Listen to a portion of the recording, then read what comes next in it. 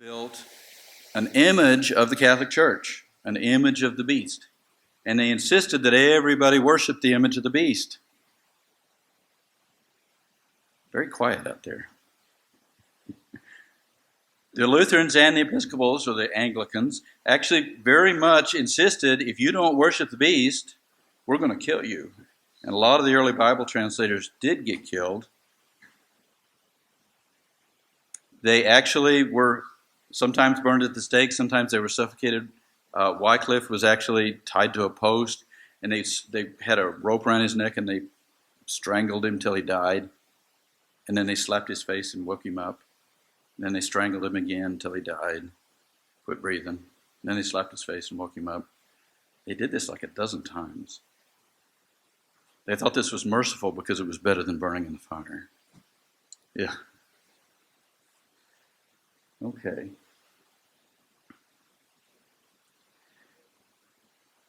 The beast with 7 heads and 10 horns. Oh, I missed that. The 7 heads, the way the Holy Roman Empire worked is if you took all the 7 kingdoms that became part of the empire, and each kingdom got to vote. And they all voted, they were called electors. They got to vote who was going to be the next emperor. And I've listed who the kingdoms were. Mainz, Trier, Cologne, Bohemia, Brandenburg, Rhine, and Saxony. Those are the 7 heads, the 7 kingdoms that made up the Holy Roman Empire. And then out of those kingdoms, usually one of the kings of one of those kingdoms became the emperor until he died, or until he was assassinated. And it turns out, if you go through all the kings of the Holy Roman Empire, they come from 10 families. And I've listed them up here, the Moravian, the Carolingians, the Saxonies. You can go look them up. All these kings, I think those are the 10 horns. 7 heads, 10 horns. That's what we get when we take symbols and apply it to prophecy. All right? And we've already, I talked about this just a moment ago. Have you all seen, in the Bible, it's chi, stai, stigma, with a line over it. You see that line over it?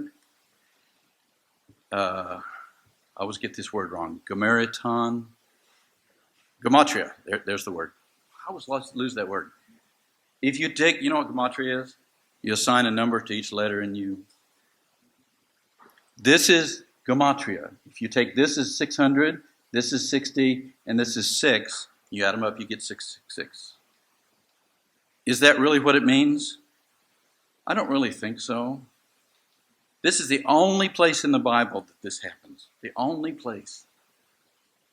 But they don't know what else this would mean. I was watching something a few years ago. A guy who was a Christian, but he had converted from Muslims. Let me see if this works. Maybe not. Not going to work. Okay. See if I can click it. Nope. It's not going to work. Okay. If you take those 3 symbols and you look at an Islamic flag, you know the flag that has all the scribbles on it? These 3 symbols are all over that flag. And they actually mean Allah is great, or greater, greatest. Maybe that's what this means. Could be. Maybe it means 60, 600, or 6, 60, and 600. And you don't add them up. I don't know. I'm presenting all these because we're going to find out that there is a good place where this means 600, not 666. There we go. Okay. One of the things that happens at the end of our time is it says there's a great earthquake. And the earthquake is mentioned 3 times. It's mentioned in Revelation 6, 12, 11, 13, and 16, 18. And that's kind of important because we have all these timelines going by and they don't all sync up and we're trying to figure out, well, this is the same event recorded in 3 different timelines. So we get to sync things up. This happens when the The two witnesses are resurrected. This happens when the seventh trumpet is blown. Let's see. It happens with the seventh plague, and it happens with the seventh vial. So all these things get to sync up. We get to sync up our timelines. That's really cool that we get to do that. Is this earthquake shaking the ground? No, it's a symbol. What could it shake? I'm going to tell you it shakes mountains. What's a mountain? It's a government. This is a great government shakeup that is going to shake the whole world. This is Babylon falling. What's Babylon? Well, it's not the real city of Babylon. Nobody lives there. That's a ruin right now. Babylon is this idea of Babylon that's been carried forward through the ages. The idea of Nimrod and Semiramis, that we have to work hard, we have to gather all this wealth around us, we have to get power over the people. It's the worldwide financial system. Are you ready? I think in the next 7 years, probably right at the end of the 7 years, the world financial system is going to crash. And I don't mean a little bit. I mean all money's going to be worthless. All these... When we talk about Gog and Magog, what do those mean? Some people try to say, well, that's Russia and China. No. Gog means mountain. That's a government. Magog means overarching. So there are other things that we bow to besides governments. We bow to the World Health Organization. We bow to the United Nations. I think that's Magog. Gog and Magog. It's not talking about one government. It is talking about Russia and China, but it's talking about a whole lot more than that. It's talking about all the governments of the world and all the overarching United Nations, whatever. It's all going to fall. All of it. When it talks about the 10th part of the city, that word part is added. It really just says the 10th city. What's the 10 city? Well, a city represents a civilization, and 10 Commandments. So we're talking about the cities, the civilization that was founded in the name of the 10 Commandments. What is that? Well, today we call that Western society. Wow. Western culture, yeah. All of it is going to fall. It talks about we're divided into 3 parts. I don't see that up here. Oh, there it is. The great city was divided into 3 parts, and the cities of the nations fell. Cities is a civilization. We're going to go back to chaos. No, it's not going to be a flood. The fire doesn't come yet. There's never going to be another worldwide flood, but there is going to be a worldwide fire, but it's not time yet. But for now, when the return of the Lord comes, the nations are going to fall. It says that all the mountains flee away. The mountain is a government. The men all stand in the mountains, in the clefts of the hills, and they say, fall on us and protect us from him who sits on the horse. What's they talking about? They're calling to their governments. They're saying, protect us from this guy who's resurrected, sitting on a white horse. White horse means war, right? Righteous war. The Lord is coming, and we're going to beg, I hope not we, the people of the world are going to beg their governments to protect them, and they're not going to be able to. Every island fled away, and the mountains were not found. An island's just a mountain in the sea, right? Mountains are governments. And there fell upon men a great hail from heaven, every stone about the weight of a talent. And they blasphemed God because of the plague and the hail, and the plague thereof was exceeding great. We already talked about this, didn't we? What is a talent? A talent represents a city government, right? We know from the parable of the talents, he gave him talents, he went away, he came back. Those who had talents doubled them, and who had 10 talents got to rule 10 cities. So these are city governments, but where are they coming from? They're coming from heaven. So we're going to say these are God's city governments. We're going back to the time of the judges. God is reestablished. God never wanted a king. God wanted us to be under judges. That's his kingdom. He told Samuel, they're not rejecting you, they're rejecting me. They don't want me to be their king. God says that. right? So this plague of hail, this isn't asteroids coming down. If asteroids come, I'm okay.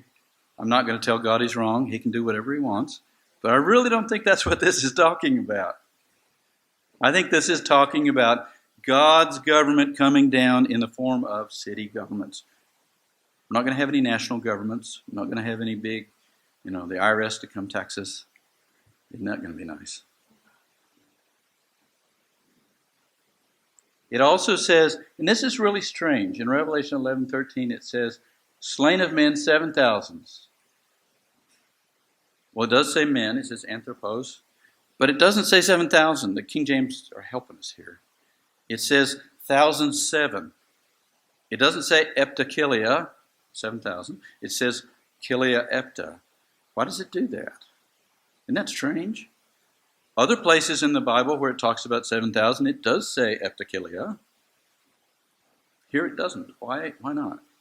Well, 7 is the number for, it could mean 7, but it can also mean all. It's the number for completion, right?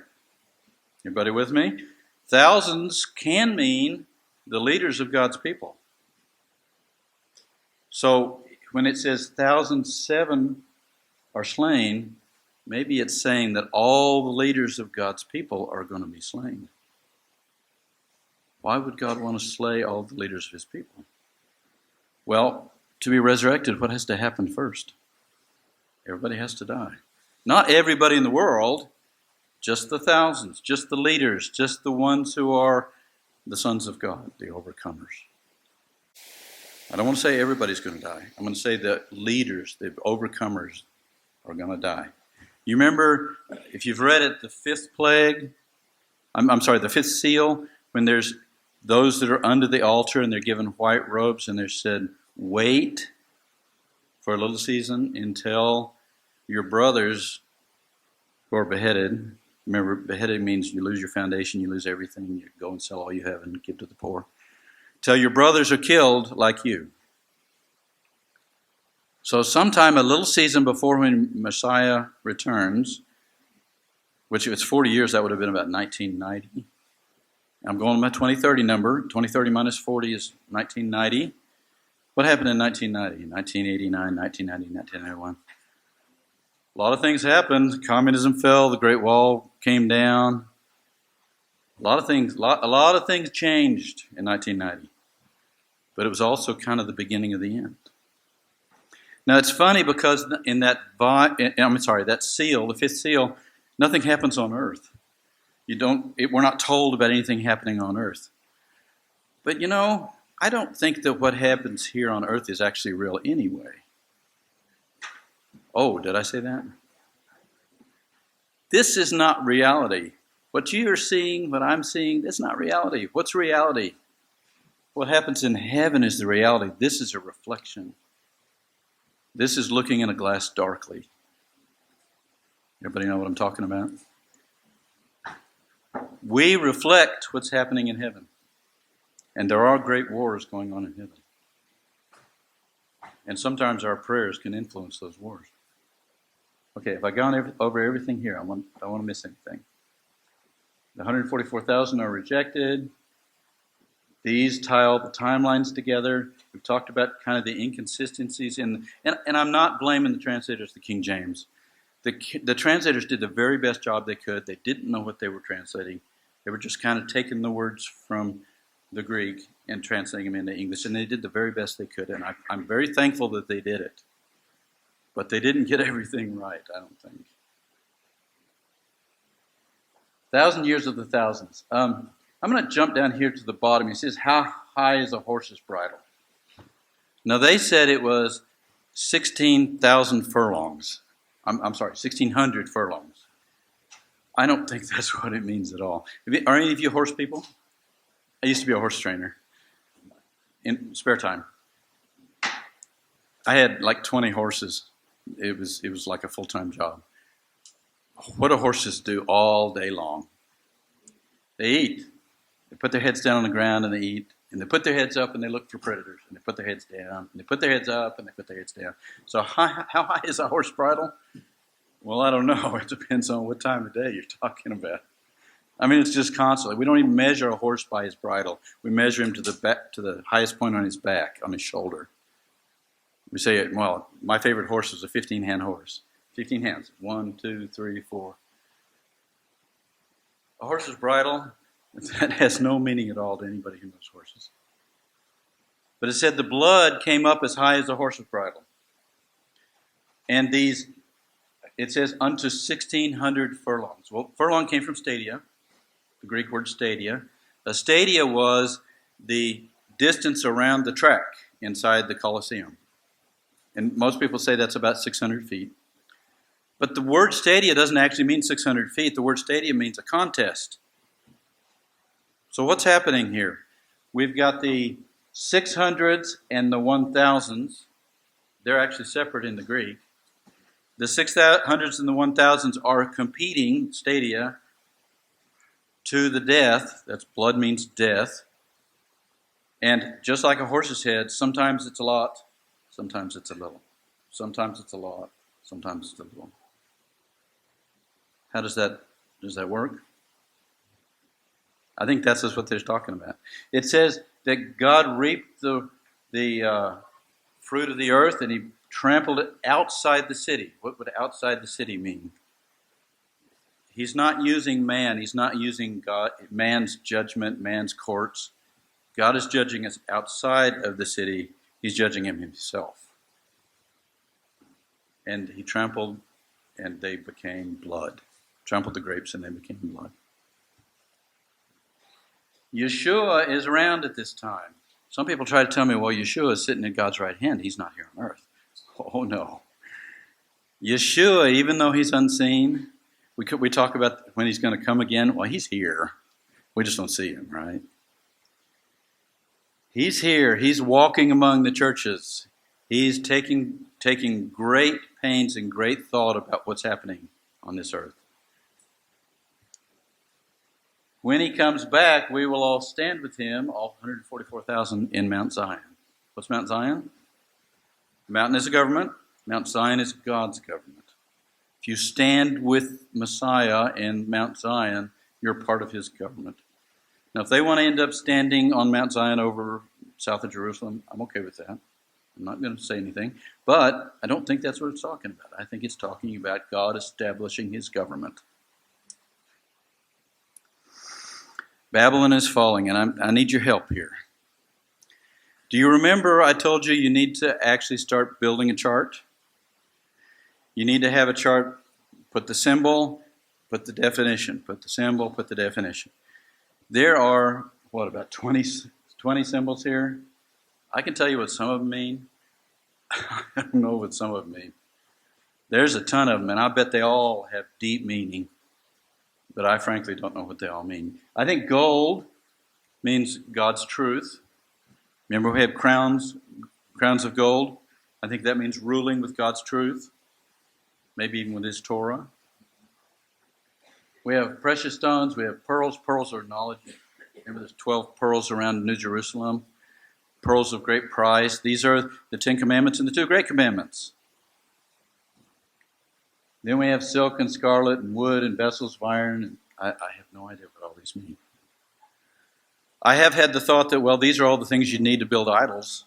Because remember, these are all symbols inside Babylon.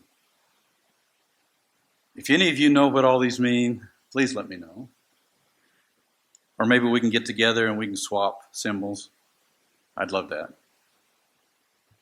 The sea is peoples and multitudes and nations and tongue, and merchants of those. They're not buying and selling. They're like me. I'm selling. I'm giving you teaching. And you're buying, you're hearing it. You may decide you don't want to buy what I'm selling, but that's all right. That's what that means. It doesn't mean buying and selling. When it's in your hand or in your forehead, you can't buy or sell. What are they talking about? They're not talking about merchants. They're talking about when the Catholic Church ruled with an iron fist, you could only buy and sell what they said. That's what it's talking about. Am I being too radical? This working? Okay. These harpists stand on the sea of glass mixed with fire. It's not sea of glass, it's glassy sea. Glassy sea means it's calm. They have the fire under their feet. They're walking on the water like Yeshua. These are the overcomers. These are the people who have gone through great tribulations and are now with the Lord with their harps, and they're singing the song of Moses and the song of the Lamb. To sing a song means I'm doing what Moses did. I'm doing what Yeshua did. That's what singing the song means. Okay. The angel cast a great millstone into the water. He's taken a stone. That means represents a government. He's casting it into the waters. The waters are peoples and nations and tongues. He's disrupting everything, and then it becomes calm. We're talking about the fall of Babylon here. It even says it. Babylon is fallen, is fallen. Yeshua returns. We have a bride made up of all of us, right? But the bride is also symbolized by New Jerusalem. When is New Jerusalem? I'm going to be radical here. Some people say, well, New Jerusalem doesn't come down until the Great White Throne Judgment. And I'm going to say, no, that's not correct. Remember Stephen Langton? Who's Stephen Langton? He's the guy, he was the Archbishop of Canterbury. He separated the Bible into chapters. And he had to choose where to split them up. And there's a lot of places the Jews don't like the way he did, and they'll take a verse off the end of one chapter and put it at the beginning of the next chapter. And so their verses are off a little bit on ours. 1, 2, I've even seen 3. I think they did the same thing here in Revelation. Revelation 21:1 says, there'll be a new heaven and a new earth. Well, what's Revelation 20 about? Revelation 20 is all about the bride coming down and the millennium and the fire coming down, and then it just stops. But if you go to chapter 21, then the first verse of chapter 21 ends the story. It finishes the story of 20. So I'm going to say, I think, this is Davidism, I think that 21:1 should actually be 20:16. 21:2 says, I, John, saw. Remember, I told you this is a whole list of all these different visions. I, John, saw is the beginning of a new vision. And what do? We go from the vision in chapter 20, and we jump way back to the beginning of the millennium, and New Jerusalem is coming down. New Jerusalem is the bride of Christ. It's the civilization of God. I don't think it's a real city. I didn't bring it today, but I have that little model. But I don't think it's a real city. You know how big this thing is? It's 1,400 miles on a side. And it's that tall. It's 1,400 miles tall. Well, the atmosphere only goes up 100 miles. And even above 50 miles, it's very thin. 1,400 miles tall. Maybe I'm being too literal here. This thing, one side of it is the distance between Jerusalem and Rome. It's enormous. It's like the state of Oregon, if it was square, coming down onto the Middle East. It would cover the entire Middle East. I think this is symbolic. I mean, I'm not going to tell God what to do. If he wants to have this big pimple on the side of the world and it wobbles as it turns, because that's what would happen, okay. But I really don't think that's what it means. I think New Jerusalem is the civilization of God coming down. The gates represent the 12 tribes. You have to go in through not just one gate, but all the gates. What does it mean to go in through the gates? And the names are the 12 tribes. It means you're doing what they did. You're doing the Torah.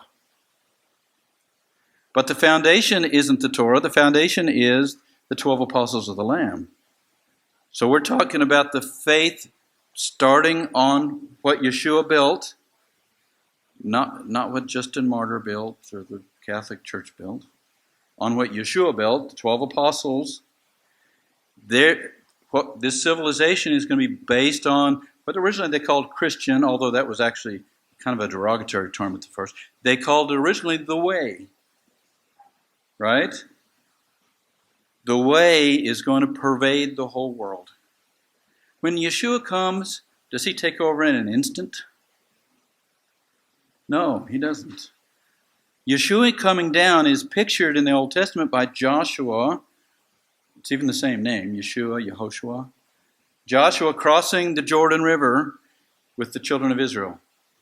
Now, they had a few conquests on the east side, but mostly they were on the west side. They still had a whole bunch of places to conquer. You know, I tried for years to make the 1,260 days of the beast line up to 2030, and I could never make it happen. And then I realized, well, of course not. It's not supposed to line up. When Yeshua comes at the beginning of the millennium, that's when the wars start. We don't have instant peace. Yeshua comes and he has to put down the beast. He has to conquer all these nations, just like Joshua had to conquer all the Canaanites. Is it 12 years? Is it 20 years? I don't know. But for a time, Yeshua and his army are going to be fighting against the armies of the world. That's why New Jerusalem comes down slowly. Now, it doesn't take forever, but it does come down slowly. And then the beast and the false prophet, I think that's the Catholic Church in the Holy Roman Empire, are cast in the lake of fire. But notice not the devil. What happens to the devil? The angel comes down with a great chain in his hand, and he binds the devil, and he throws him into the bottomless pit. Or you could say the pit of the abyss. No, the pit of the abyss might be the ocean. I don't know. Did you see the devil go in there? I just made it kind of like a black hole. So the angel came down, and he chained him, and New Jerusalem comes down. You see New Jerusalem coming down? Now, this is symbolic. I don't think it's real. You see how big? That's the real size. That's how big it would be on the side of the earth if you actually had it the way the Bible describes it. Okay. New Jerusalem comes down, just like Joshua conquering the land of Israel. Same thing. God speaks in pictures. 144,000 live and reign with Christ, first resurrection, for 1,000 years. That's 1,000 Jewish years, not 1,000 Roman years. Remember, Jewish years, 360 days. But at the end of that time, what happens? They let the devil back out. And when the devil gets out, he goes down on the earth and deceives all the nations. The word nations there is ethnos, which means ethnicities, not nations. He deceives all the nations, and they come up against the world. And God says, enough. We're not having this war. There's not a war here. Before there can be a war, remember they surround the camp of the saints. Before there's a war, the fire of God comes down. It would kosher the earth. Then we have the great white throne judgment. Everybody, even the bad people, get resurrected. We all get judged, however long that takes. I think God could judge us all at the same time. I mean, God's big enough to do that, right? We're all going to be shown all the deeds that we did, because they're all written in books. All the deeds that we did. What are we going to do? We're going to fall down before our God, and we're going to say, I am so undeserving. I am so sorry. I could have done better, and I didn't. But then, after judgment, what comes? Mercy. You don't need mercy before you're judged. You need mercy after you're judged. Remember the Torah?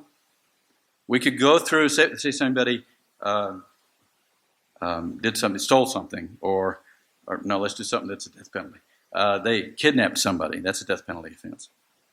If you kidnap somebody, you take them before the judges, and what happens? The judges look at all the cases. They have 2 or 3 witnesses. That's Enoch and Elijah. We decide, yes, you're guilty. Then what happens? Then we say, okay, we're going to stone you. We all go down to the stoning place, and what happens? Remember the adulterous woman? You have the person who, because the accuser must cast the first stone. So what happens if they don't? They didn't get stoned. The woman was accused of adultery. That's a death penalty offense. She should have been stoned. Oh, by the way, where's the guy? They were trying to trap Yeshua, right? Because adultery wasn't even a crime in Rome. And the Roman law said you can only put somebody to death for a Roman law. And so they were not allowed to put her to death because of the Roman law. But the Jewish law demanded that she be put to death. And so either way Yeshua answered, he would have been wrong. They were trying to trap him. So what does he do? He uses the loophole. He uses mercy. They all, one at a time, after he writes in the sand, they all, one at a time, leave, starting at the oldest and going to the youngest, and they're all gone. And what does Yeshua say? Where are your accusers? Why does he talk about accusers? Because they're the ones that have to cast the first stone. And what does he say then? He says, neither do I accuse you, go and sin no more. This is called chesed. Get a lot of phlegm in there. Chesed. Yes?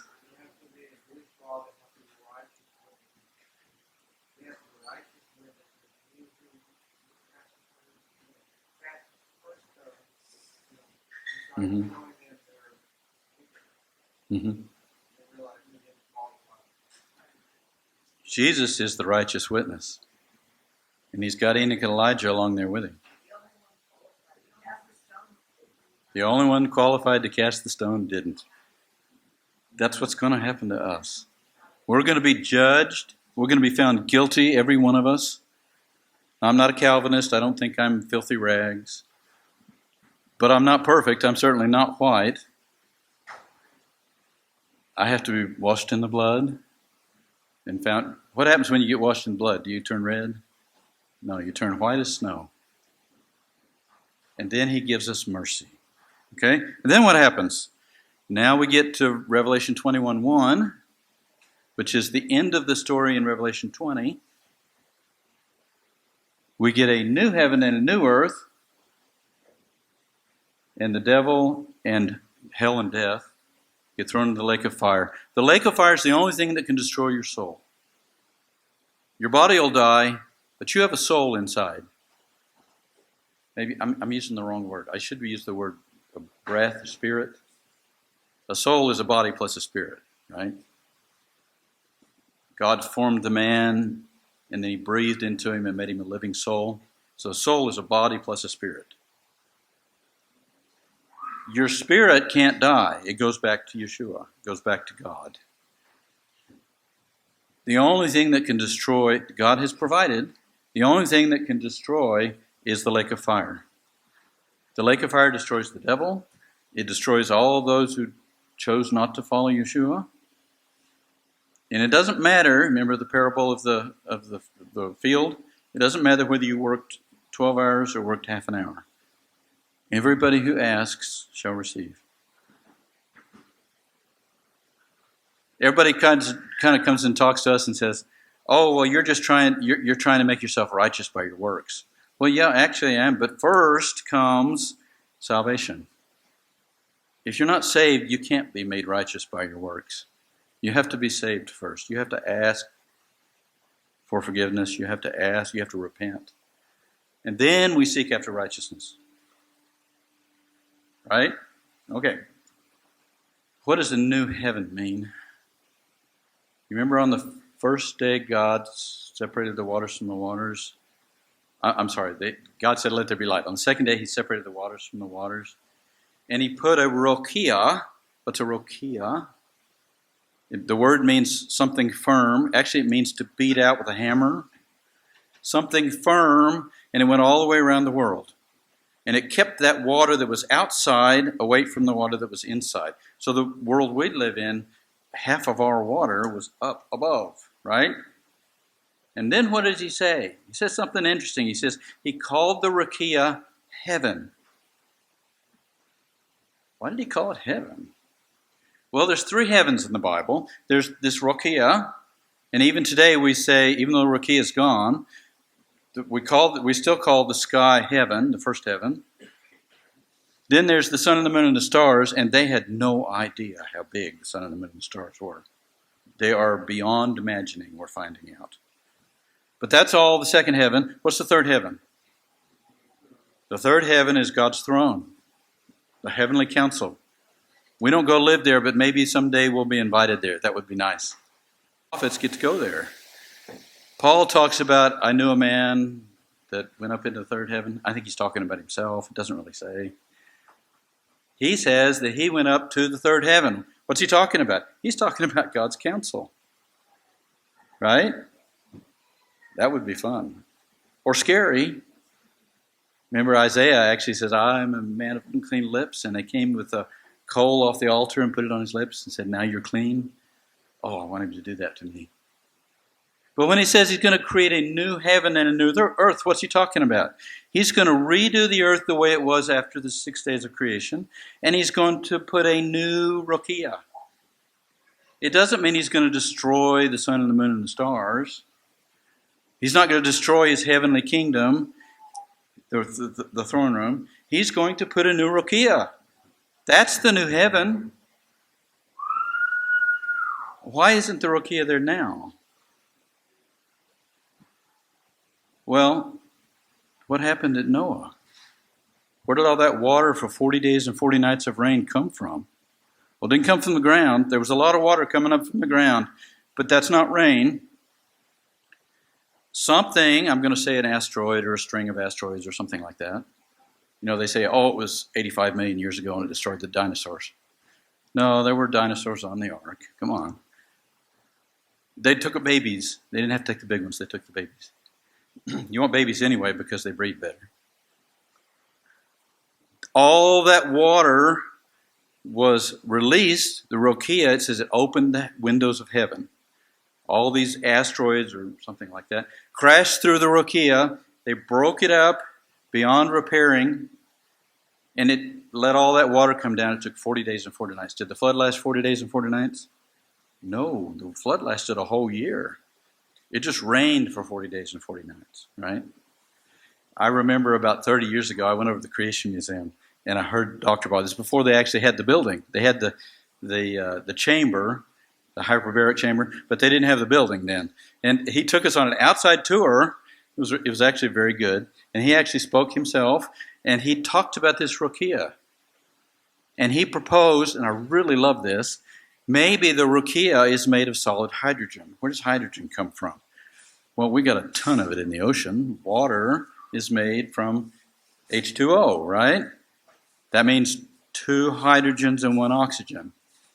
So if you made this Rokia from the water, what would happen? You separate, and all you got to do is run electric current through water, and it separates. It's called electrolysis. Yeah. Carl Ball, Creation Museum. Yeah, we went the other day. It's much nicer now than it was when I was there, when I went there. Yeah, he had a trail. So you take all this hydrogen and you turn it into solid hydrogen. When you freeze hydrogen, it turns solid. It's a metal. You can beat it out like a hammer. It's got to be really, really cold. You take all the extra oxygen, you put it in the atmosphere. You get all this extra oxygen in the atmosphere. It turns into a hyperbaric chamber. Everything gets big. Everything's healthy. When there's lots of oxygen, why do people go into hyperbaric chambers when they're sick? Because the oxygen drives out disease, germs, bacteria, and viruses. They can't live in the presence of oxygen. So all this extra oxygen drives out disease. Before the flood, there probably weren't very many sick people. And if you did get hurt, you healed a lot faster. That's what we found out. The whole world was a hyperbaric chamber. So what we're talking about is God restoring all of that stuff. Remember I told you, why did Jesus come? Why did Jesus come? Jesus came to restore what Adam lost. Right? The whole Bible is about restoring what Adam lost. The whole thing. We have a little bit at the front about, we made the earth and we built a garden and then we fell. That happens really fast. And the whole rest of the Bible is about Jesus, Yeshua, coming and restoring what Adam lost. He will restore our bodies. We won't have these animal bodies anymore. Now, that doesn't happen at the beginning of the millennium. That happens after the great white throne judgment. Dang it. Somebody said. Okay. New heaven and new earth. We're all happy. We're all living with the Lord. Here's New Jerusalem coming down out of the sky. It doesn't come down instantly. It comes down slowly. They call it the bride of Christ, the Lamb's bride. It has 12 foundations. Those are the 12 apostles. It has 12 pearl gates. Those are the 12 commandments. Yes, I said 12. 10 commandments and the 2 great commandments. That makes 12. It says there's no sun or moon. What's sun represent? Sun represents the truth, the life. I think it represents the tree of life. The moon represents the 10 commandments. They don't need the sun and the moon to light it because Yeshua is there. What does he do? He writes the commandments on our hearts. We don't need for any man to tell us because he's going to write it on our hearts. It has a wall around it. And this wall is very interesting. The wall is 144 cubits tall. And it says, and the cubit is the cubit of a man. So it's talking about specifically 144 men. Okay, if this is symbolic and this is a civilization, what would the wall represent? The wall would represent keeping the bad out and the good in. Right? So these 144 men, man, that sounds like 144,000s. This is the verse that actually convinced me that it's not 144,000, that it's actually only 144 captains. Maybe it's just one verse, and I really had to struggle with it, but I really think that's what it means. Maybe, maybe not. I mean, God knows. 144 cubits tall. Okay. Then we have life forevermore. This is the reward. Does anybody have any questions?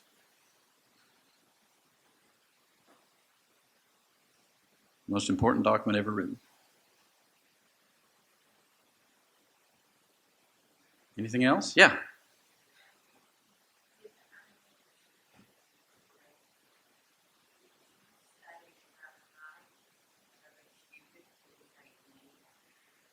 That's what the verse says. It says it's 140. The height of the wall is 144 cubits tall, and the cubit is the cubit of a man. Let me back up a little bit. Whoop.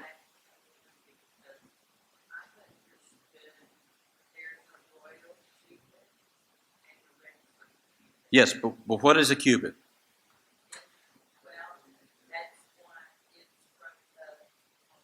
Right. Now, today we're told a cubit is 18 inches, but in Moses' time it probably was 20 and a half, the Egyptian royal cubit. Yes. Actually, I took it home last night. I had an Egyptian royal cubit up there that I got at Ark Encounter. And my son, he's kind of tall. So, of course, his cubit's going to be a little longer. He took that and put that against his arm, and it was exactly perfect. Does that mean that the Egyptian kings, pharaohs, were as tall as him? But the point here is that a cubit that comes from the measurement of a man. And so 144 cubits is talking about 144 men. Yeah. 515 feet. Yes. I don't know where they got the 18-inch cubit because that doesn't seem to be anywhere in the Bible. It seems to be the Egyptian royal cubit. Yeah. Anything else?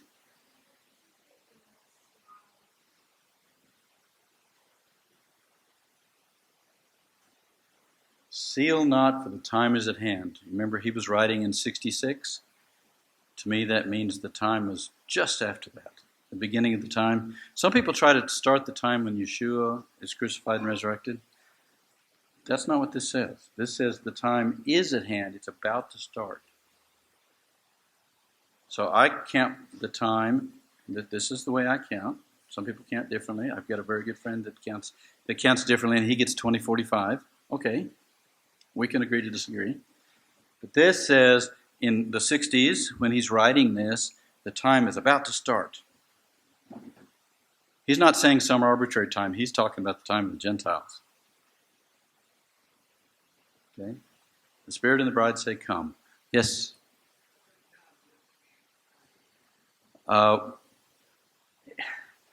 Everybody knows about Fox's Book of Martyrs, right? You know that was written in the 1400s? How in the world did he know what happened 1400 years before? Some of the things in that book are just terrible. They're awful. And I think that's what he was trying to do. He was trying to say, oh, if you're a true follower of Christ, then you're going to face great tribulation. But that's all stories. We don't know that that's true. He had no source material that's old enough. There's no way he could know how all the apostles died. And of course, it's not just the apostles. It goes through the martyrs all the way through. I'm very skeptical about that book. We don't know how long John. Okay, let me ask you, Gilbert. When Yeshua returned and they had the fish on the side of the sea, and he's talking to Peter and he says, "Do you love me?" And then Peter, and he says, "You'll go, and people will lead you where you don't want to go, and you'll stretch forth your hands," and everybody thinks that means he was crucified. You can't be crucified upside down, by the way. That doesn't work. He was not crucified upside down. He might have been crucified, but he wasn't crucified upside down. And then he turns to John and he says, "What of this man?" And if Yeshua says, "If I will that this man stays until I return," what is that to you? Is John still walking around somewhere? Well, I don't know. I'm not going to tell God what to do. That's one of the sources for the idea of the wandering Jew, is that John's still walking around somewhere. That's kind of strange, isn't it? Maybe he was translated. Maybe he's the third witness. Yes?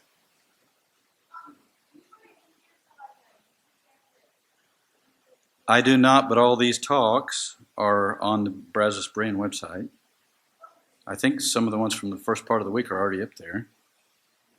They're all telling me they can't see me because I'm in the shadow, but I'm not really that important anyway. The information's what's important. And I want to emphasize that it's okay if we disagree. That's okay. It's not worth dividing the body over something like this. The most important talk I did all week was on Wednesday. It was the body, the bride, and the son. It had nothing to do with prophecy. Prophecy's fun. It's not that important. Anything else? Thank you all very much. You've been a wonderful audience all week. I hope I've given you something.